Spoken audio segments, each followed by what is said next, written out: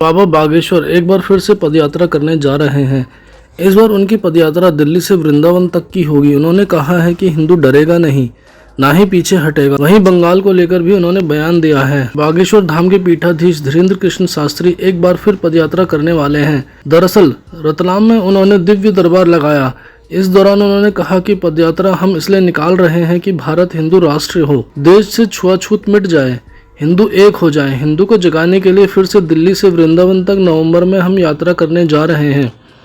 बाबा बागेश्वर ने कहा, मुर्शिदाबाद की हिंसा प्रायोजित हिंसा है। इसके पीछे कहीं ना कहीं वहाँ की सरकार का हाथ है। एक प्रकार से हिंदुओं के खिलाफ मॉब लिंचिंग की जा रही है। अगर हिंदू डर जाएगा तो उसे भारत से भागना पड़ेगा। इसलिए हम जगह जगह जाकर हिंदुओं को जगाने का काम कर रहे हैं। धीरेन्द्र कृष्ण शास्त्री ने कहा, हमें रंगों से कोई दिक्कत नहीं है, पर कायदे में रहेंगे तो फायदे में रहेंगे। अगर भारत को पाकिस्तान बनाने की कोशिश की जाएगी तो ठठरी और गठरी दोनों बांध दी जाएगी। उन्होंने आगे कहा कि नीमच में जैन परंपरा के संतों के ऊपर जिन्होंने पत्थर फेंके, यह देश का दुर्भाग्य है। अगर किसी को पत्थर फेंकने का इतना ही शौक है तो जो भारत के टुकड़े कर रहा है उस पर पत्थर फेंके। भारत में धार्मिक यात्राओं पर जो पथराव हो रहा है वह इसलिए हो रहा है क्योंकि हिंदू और सनातनियों को डराने की तैयारी हो रही है। लेकिन वह यह भूल गए हैं कि इस देश में बागेश्वर बाबा हैं।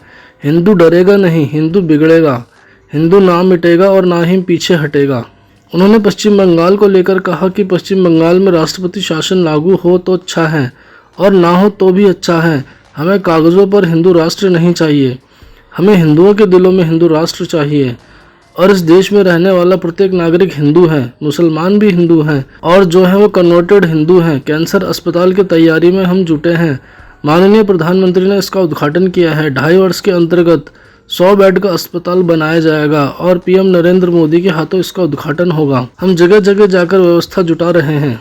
ऐसी तमाम जानकारियों के लिए मोक्ष चैनल को सब्सक्राइब कर दें, बेल आइकन को भी ज़रूर दबा दें ताकि आपसे कोई भी महत्वपूर्ण जानकारी ना छूटे और साथ ही साथ हर एक वीडियो का नोटिफिकेशन आप तक पहुंचे। कोई शिकायत या सजेशन देना चाहते हो तो नीचे कमेंट सेक्शन के माध्यम से दें।